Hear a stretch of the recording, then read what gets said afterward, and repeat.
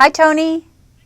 Hi, Tony. Hi, good morning to both of you. It's a pleasure to talk with you about Wrong Man. Thank you. Thanks.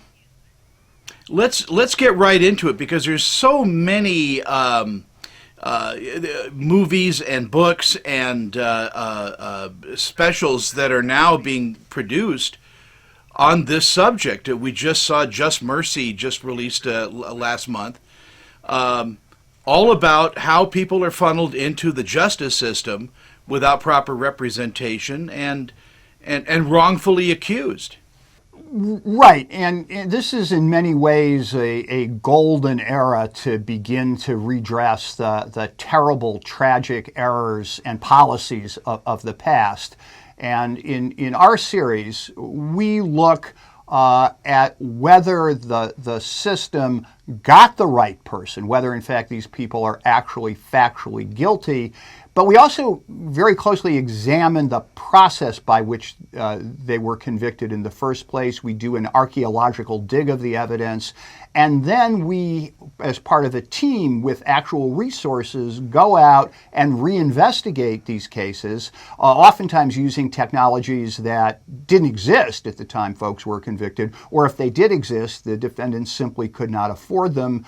Put that evidence on the table. A lot of very vigorous discussions, which are totally authentic, about how different members of the team view the evidence, and then the audience gets the opportunity to do the same thing.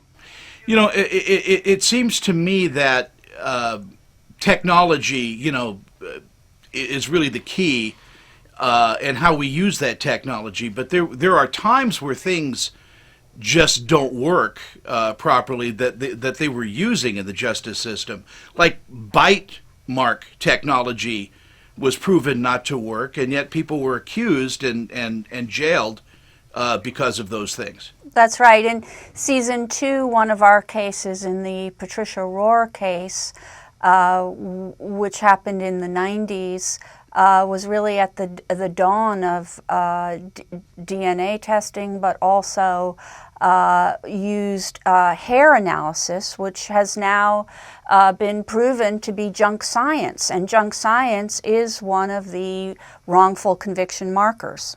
And this 6-part documentary series is now it's on Stars. Each episode, you are investigating more and more deeply into the different ways that people are again wrongly accused. That's right. And what we want to do is to take the viewers on a full re-examination of all of the evidence, what's reliable, what isn't, what's withstood the test of time, and what clearly has not been done that is crying out to be done. I'm a criminal defense lawyer in real life, and it's amazed me how much what we ended up doing on television in a sort of studio setting was a perfect replication of what we actually do in my office when we are examining these cases, looking at the paper, looking at the evidence, arguing, getting new experts, and bringing resources to bear on cases that really suffered from an absence of resources, at least on the defense side.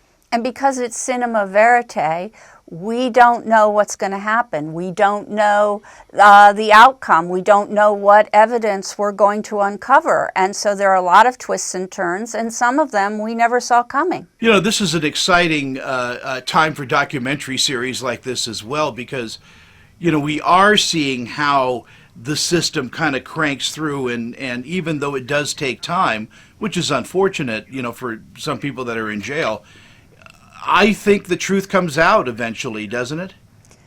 Well, hopefully justice doesn't have an expiration date, and that's one of the impacts we hope the show has.